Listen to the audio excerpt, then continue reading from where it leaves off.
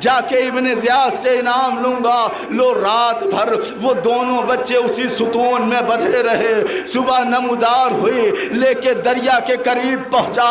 مصائب کا آخری جملہ ہے، جیسے چاہو پرسہ پیش کر لو، اگر رونا نہ آتا ہو تو مصطفیٰ کی بیٹی سے خیرات مانگ لو۔ اللہ اکبر، دونوں بچوں کو لے کے چلا، دریا کے قریب پہنچا۔ پہنچنے کے بعد کہتا ہے اے دونوں بچوں جھک جاؤ، اس طریقے سے جیسے رکوع میں جھکا جاتا ہے۔ اللہ اکبر، بڑا بھائی کہتا ہے اور چھوٹا بھائی کہتا ہے، جانتے کیا جملہ کہا؟ چھوٹے بھائی نے کہا سنو، بڑا بھائی باپ کے برابر ہوتا ہے، لہٰذا پہلے مجھے مارنا، میرے باپ کو نہ مارنا۔ بڑا بھائی تڑپ گیا، تڑپ کے کہنے لگا چھوٹا بھائی بیٹے کے برابر ہوتا ہے، باپ نہیں دیکھ سکتا، اس لیے پہلے مجھے مارنا، چھوٹے بھائی کو بعد میں مارنا۔ لو وہ گھبرا گیا، گھبرانے کے بعد کہتا ہے جھکو، میں ایک ساتھ قتل کروں گا۔ اللہ اکبر، کتاب نے لکھا اس نے تلوار چلائی، دونوں کی گردنیں اڑی، اس نے سر کو اٹھایا، اٹھانے کے بعد پھر لاشے کو اٹھا کر اسی دریا میں پھینک دیا، اسی دریا میں پھینک دیا۔ کتابوں نے لکھا جب اس نے دونوں لاشوں کو دریا میں پھینکا تو دونوں لاش آپس میں گلے مل رہے تھے، ارے کٹی ہوئی گردن ایک دوسرے کی گردن سے مل رہی تھی۔ چھوٹا بھائی کہہ رہا تھا آؤ میرے بھائی میرے سینے سے، انا للہ وَإِنَّا إِلَيْهِ رَاجِعُونَ وَسَيَعْلَمُ الَّذِينَ ظَلَمُوا أَيَّ مُنقَلَبٍ يَنقَلِبُونَ۔ ماتم حسین یا حسین۔